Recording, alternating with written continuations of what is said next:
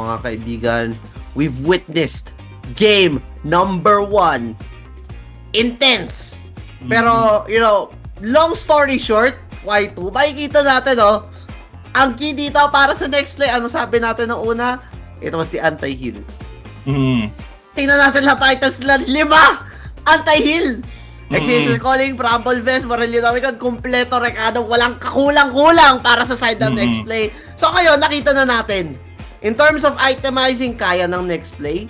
Napakaganda ng positioning nila and yung execution nila talaga sobrang on point.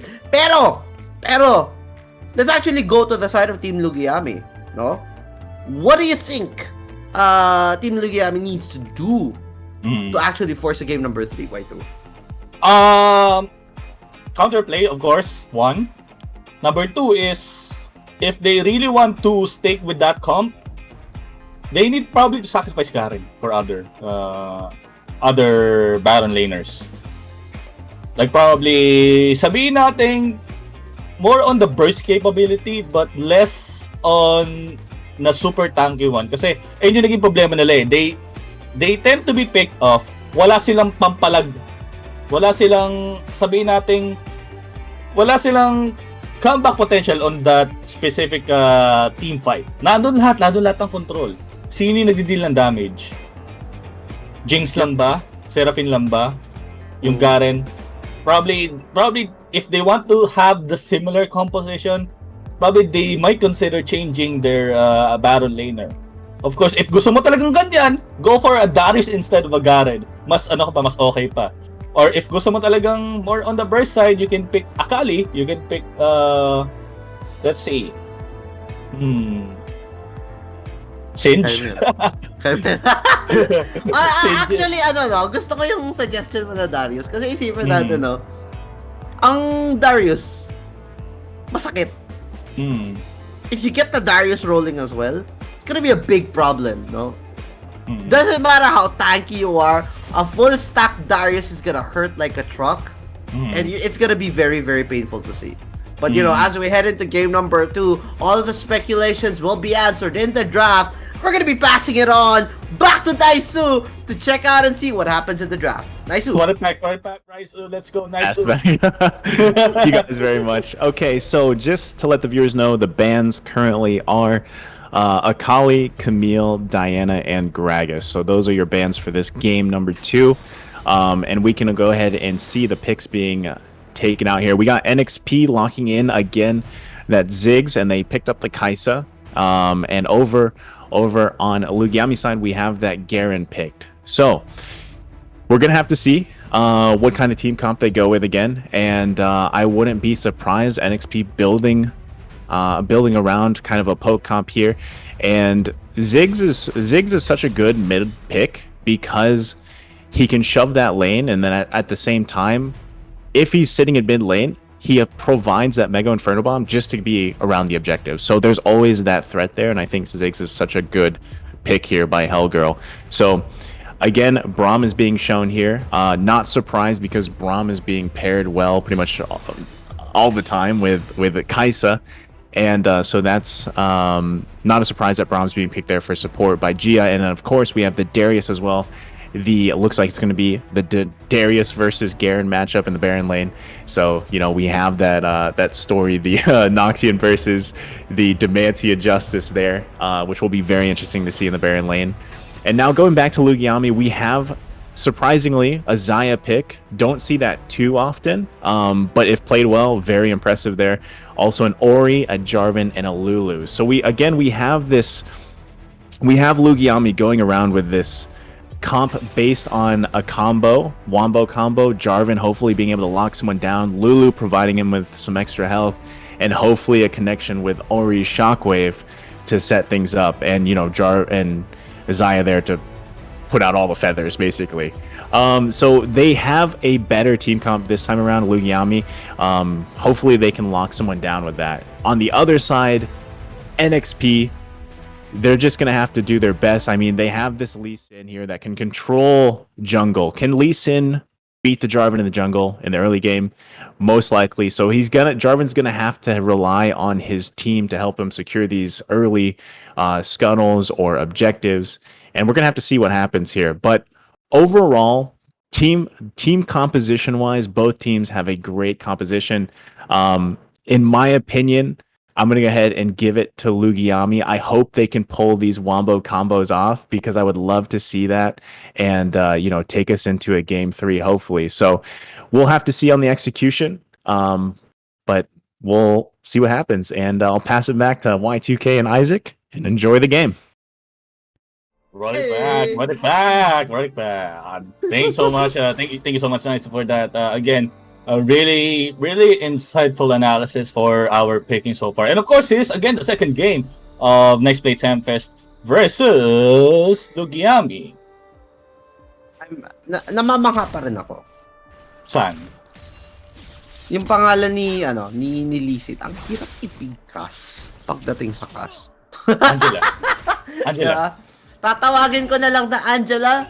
I'm not gonna say the full name anymore. But hey, going into the draft, kesa naman maglalalala ako dito, no? Lee Sin against J4 is gonna be a thing of beauty to watch. We already know what to expect with these junglers, no? They take it slow. They're gonna build up into the first dragon fight. The thing about these two is that they're the two champions that are really good when it comes to stealing dragons, stealing barons, stealing heralds. You know, kasi Flag and Drag, Sonic Wave, ang laking bagay na itong dalawang junglers na to. But, I think most of the attention should be focused on the two supports. Brom, solid, oo. Pero, nagkakaroon na ba ng pagbabalik etong Lulu na to? And, speaking of pagbabalik, nakikita natin ngayon, pulado ang NexPlay. Lulu and Saya are doing work. Early game, and they're dealing this much damage against a Braum and a Kaisa. Looks very, very promising for this bot lane duo. But, may rotation yung Sonic Wave, flash out na po! Celia's gonna try to run, pop at the barrier, forcing them back. The polymorph is gonna be enough. And, in true support fashion, let's get the honey fruit. I'm only gonna pick one up and give the other two to Celia, my AD carry. And just like that, they back off, stay alive, fight another day. But that only means Cutler is gonna be going to the bottom side. NexPlay, Tempest, control, so to speak. Y2K, what went on there? I mean, I get the point of NexPlay. Like, sabihin natin, you're overextending the minion. Syempre, isang logical thing yan is try to gank. Pero there's the vision, parang wala namang vision dun kanina, which is they are really alert when it comes to the positioning. Lalo na kasi you have the polymorph na kahit isa sa kanila mananolify para hindi masyado ma-push on to all the abilities, especially that's a Braum Lee Sin. So parang naisip mo pala yung composition someone will be taken down. Diba? Exactly. But because of the positioning, because of the burst na hindi agad makapag all in sila Chubby. Yep. Kasi yung yung HP nila, it's tough. It's tough to have a trade off pagdating doon So siguro most logical thing na lang ginawa dito ng Lugiami is really force the back off, but with the expense of course the utilities they have, which is the flash, which is the barrier, air coach, the heal. Yep. So again, it's a safe play, but it's a risky play. That's true. Tsaka with the nerf on barrier, you're already seeing AD carries just run exhaust. We're seeing that on Chubby right now, picking up exhaust over barrier, and then magre-rely na lang siya dito kay Gia for the heal, for the protection as much as possible. And looking at their summoners right now, that engagement alone was very beneficial for NexPlay, mainly because Angela was able to just take out so many summoners immediately with one safeguard in. It's a very big deal. But speaking of big deals, Infernal po na naman to, mga kaibigan. Angela gonna swipe in with a kick. Is it gonna be a possible play there? No! Instead, it turns around, and First Blood is gonna be going to the Orianna. popping lots of big damage, but the Kaisa is not gonna stop until she pops, going in with a killer instinct. Is it gonna be enough to take out the Ori? Yes, it is. But the Garen comes in, coming in clutch with a spin to win. The human Beyblade is gonna be turned on by Javi. Double kill. 3 members from Lugiami go down. But yes, they were able to secure that Infernal Drake nonetheless. But still, giving kills to a Kaisa, that is not what you wanted. And again, that team fight, and of course, the first blood is brought to you by ePlayment Wallet, your digital wallet in gaming and entertainment. And of course, akala ko talaga, makukuha ng Lugiami on top of the Infernal. Of course, yung team fight. But again, Chubby proving her point, proving her ground na, sige, kahit wala akong masyadong item, meron naman ako upgraded na Elitarian Rain which can really deal a lot of damage. Brom protect me, concussive blow. The last hit of the concussive blow saves her from the potential Garen massacre. That's true. Akala mo, no, lag or something. But no, their internet perfectly fine. It's because of the concussive blows. That's the good thing about it, you know. We're not having any problems here. It's all about the stuns, the concussive blows. It's just really hard to actually see these kinds of fights. But now with a Brom fronting right now, Gia's trying to actually help out the members, but this Orianna's just way too much. That 2 going down. Celia goes down in that skirmish though, but the Demacian Judgment is gonna pop in. Ray, can you run? No. Angela is going to just go down as well. And while this is all happening, say hello to Hellgirl. Fight's not over just yet. They're gonna go in 2v1. Can Hellgirl actually make the stacks happen? Is it possible? No. Masyado magay Noxian guillotine niya for to secure the kill against the Orianna. But on that team fight, talagang Hellgirl is the police rather than the one who will be pleased. But now, Lewis, there you go. She would be taken down. At talaga simpleng pickups lang, really having the time of their life right now. Pero syempre, papasokin ba nila wala sa oras? Syempre, dikit yan. Killer Instinct will be available, and that Dragon Lance, syempre, wala sa oras with the Resonating Strike. Pero syempre, again, Kaisa, removing 1 from the dance floor, make that 2. Double kill na para kay Chubby. Pangatlo na ba to para kay Chubby? Let's go! Triple kill for Chubby. Oh my god, did you see that Sonic Wave timing? The moment, anak ni Mary, sabi niya, flag and drag, but wait, there's more. So mama si Angela, nakakuha siya ng kills, the positioning was perfect, and of course with Chubby diving in, you already expected it, you saw it coming, with a killer instinct being key, taking out 3, you know for a fact that NexPlay Tempest are gonna be taking that Herald away from the side of Team Lugiami. But, you know, consolation prize, we're already seeing a lot of potential in this Orianna. This Orianna needs to be controlled, and with the right positioning, Levi is gonna be very scary. We saw a prelude of what could happen in that top lane. I mean Lugiami's advantage would be again Shockwave from the Orianna, like keeping that burst. But the problem is the Brom against the Orianna. Ating may wagang big door against the Orianna. But again, this is a mountain. This might be another fight. But again, Darius Hellgirl would be going inside. Noxian Guillotine will be up in any moment. But again, there's the reset. The Garrett will be taken down. There's the Shockwave. Again, it's not enough to delete Angela in the process. Meanwhile, Jarvan might be having some problems. Double kill already. Pero yun na nga nasa gilid natin. Chubby, sobrang tapang niya. And there's the killer instinct. There's the pick-off. Again, it's not enough, and there's the status activated. Ay, carry and raid. Again, it's not enough. Pero sabi tamang ikot lang. Noxian Guillotine will be not in time, and that's 3-4-3 trade. That's a big win right now.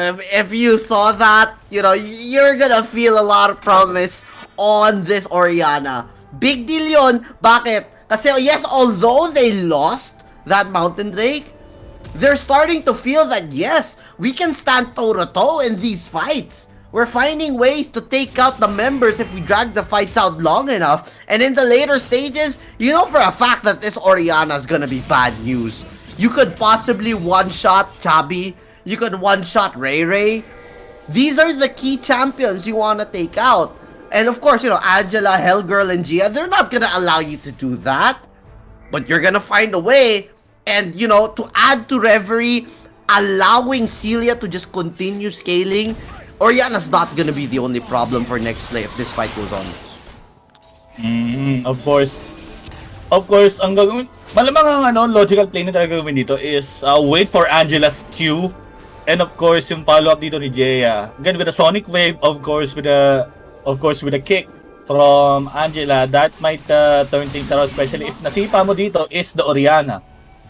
But again, if the Orianna somehow survives and shockwaves to herself, babalikan talaga with the Jarvan's Dragon Action, of course, the Cataclysm, may turn things around in their favor this time. But again, proper positioning, of course, from Chabi, proper positioning from Ray, and of course, siguro, it's really ideal na ginagawa dito ni Hellgirl, which is the Police Darius. Not the Darius na papasok sa loob, like, spin to win. Hindi, the Police Darius, picking up what's left and what's starting. That's true. And, you know, if Hellgirl does that, scary eh. Kasi diba, nagkaroon na ng bakbakan, bawas-bawas kami lahat, tapos biglang, hello, full health, Darius! Ako po si Hellgirl, ako po ang magna-Noxian Guillotine sa inyong lahat. And if that happens, Noxian Guillotine is gonna be huge because it increases by 20% per stack. And it's gonna hurt like an absolute truck. Doesn't matter, you know, how tanky you are. You know, 20% per hemorrhage stack and you deal 100 true damage. True damage, ah! Doesn't matter how much armor or magic resist you have, that's true damage, meaning tatagos yan. Masakit yan. And pag nangyari yun, bad news nga, di ba? Pero, the thing about it is that you're gonna have zero front lines aside from Gia. Di ba? And you can't really consider Angela a frontline. Nagtaka lang ako eh. Ba't nag-Featherstorm dun si si Celia? Baka napindot nga eh. Pero syempre, again, Lewis, as usual, what typically Garen would do, it's, of course, the side lane push. Kasi, she have the wave clear and everything up. Nga, indeed. O kamahuli ba dito? Whoop, there's the kickback. Sonic Wave would not be hit. So, ayun yung alanganin natin. Pero syempre, the slow, the spin to win. Syempre, Garen trying to sustain. Ooh, slam dunk! No, that's you were in no man's land. And the Darius knew that. Darius seeing that kind of potential means that, okay, if the Lee Sin comes in, follows up with a kick, you're not getting out of this jungle anymore. And with Lewis down for another 15 seconds, you're gonna need to rely heavily on initiation before Lewis can come and join the party. You know? I mean, I get the point. The parang okay lang sana ma-pick up si Lewis. It's because probably they need enough distraction to think about it. They need to reposition themselves on how they will contest. Of course, this is a Cloud. But syempre, Celia, with the Feather Storm available, syempre, Dragon Lance inside, nahuli naman Darius and Shockwave will be hitting through. But the damage is not enough. Again, Orianna will be taken down. Syempre, na-knock up nga, pero again, it's not enough. But now, Feather Storm will be activated. It's the hold, but the GA would be activated in the meantime. Again, the Noxian Guillotine, it's not enough. But again, the damage is still really high as Chabi will secure a double, make probably a triple. Killer Instinct, triple. Another triple coming in from Chabi like it's absolutely nothing, no? Parang ano lang yun eh, no? Parang Chabi Bunny lang. Bakit? Kasi sobrang fit nung ano ngayon, nung Kaisa. And you know what? They're not gonna even allow for any other introductions. They will introduce themselves as NexPlay Tempest, taking this dominant performance into a 2-0 victory. Grabe yun. Like, I'm really expecting na with that with that Zaya pick, kahit papaano, more on the hold side, especially with the Shockwave. Yun talaga, the Shockwave hits barely 3 or 4, which can really be devastating for Lugiami. But of course, that's my semi-take. All the take would be in the hands of Naisou as the post-game analysis would be taken care of. Naisou, take it away. Thank you very much, guys. So there we go. The game and the series going to NXP. You know, I was really hoping for Lugiami and this. Like, I'm an Orianna fan, so I was cheering on Lei Mei on this Orianna, and you know the potential was there. But if you look at the beginning of the game, you know they got the first blood. Not to mention that first dragon. They did secure that first dragon, which was an infernal. So that was, you know, the momentum was in their side at the beginning of the game. The problem is, time after time again, Chabi on that Kaisa, just again an impressive ADC performance by Chabi, and just the kills were going to Kaisa. And you know, Kaisa is one of those ADCs that if they get those kills, they get those items.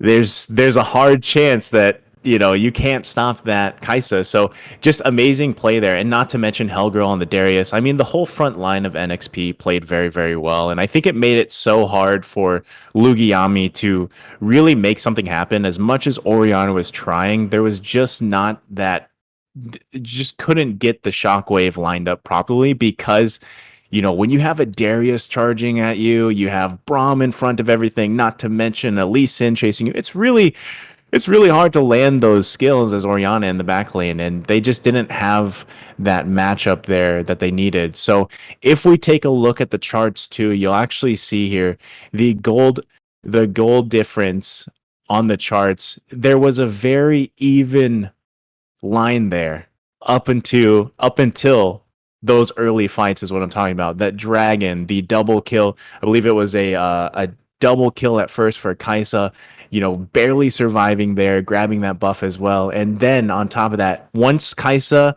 got that triple and was able to win those team fights, you can see on the graph there in the gold going right over to NXP. And just if you look at the stats as well, if we go ahead and look at the stats of each of the players, you can see the damage here. Look at the damage from Chabi. It's almost 18,000 damage in this game. And not to mention Ziggs. You forget about Ziggs when you're so worried about a Kaisa. That's the thing. And Ziggs is just in the back lane doing, you know, Ray's over there doing her thing on the Ziggs. Poking, providing that Mega Inferno Bomb threat everywhere.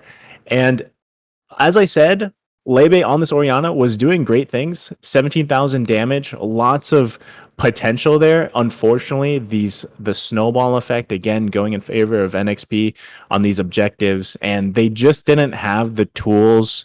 Lugiami just didn't have the tools to really lock down that Kaisa, because that's what they needed to do, and they just weren't able to do it, because a lot of the objectives that were happening, someone on Lugiami would get taken out, and then it would be an automatic 4 versus 5, and most likely they're going to lose that team fight if they force it. So NXP was just really able to secure the objectives and get the kills at the right time. So that's the breakdown there. And again, congratulations to both teams, and congratulations to NXP on winning this series. So I'm going to pass it back to you guys, Y2K and Izaq. There you go. Down. There you go. Thank you so much, Nice, for that post-game analysis. And of course, it's sorry, meron lang kaming parang back-end happening na it's really, I don't know, we're laughing out loud here. But again, congratulations to NexPlay Tempest. They would be advancing to our top, I believe this is the top 8? I mean, the top 4? Ano ba talaga? Izaq. Ano bang Top 4. Top 4, there you go. Quarterfinals, so it's gonna be the semis up next. And of course, they're gonna be advancing right after that. Of course, speaking of people advancing, no, we're actually gonna be seeing something really, really interesting. We're gonna be back by 1:30 instead, because DR Hellcats, they're taking the second series by default as well. Yeah, due to personal reasons, hopefully everything's fine. You know, nothing negative happening with the teams right now. But, you know, with what happens here, DR Hmm. going up against NexPlay? NexPlay Is that something we're Tempest. gonna be seeing? Yes. Tomorrow. Okay, Now, okay. ako excited That's exciting. exciting. Excited daw sa matchup na yun actually. For And sure, again, for sure. For sure. And of course, yun nga, sabi nga ni Izaq, will be back by 1:30. So, ano muna parang we're gonna be chilling here for quite a while. And of course, this is again brought to you by Smart Double Giga Games. Again, that's 2 gigabytes every day for League of Legends Wild Rift, Call of Duty Mobile, Mobile Legends, and FP Gaming. Just download the Giga Life app or just dial *123# and choose Double Giga. And again, we'll be right back by 1:30. We are your casters. Of course, Izaq, Y2K, and of course, Naisou in the Analyst desk. We'll be right back.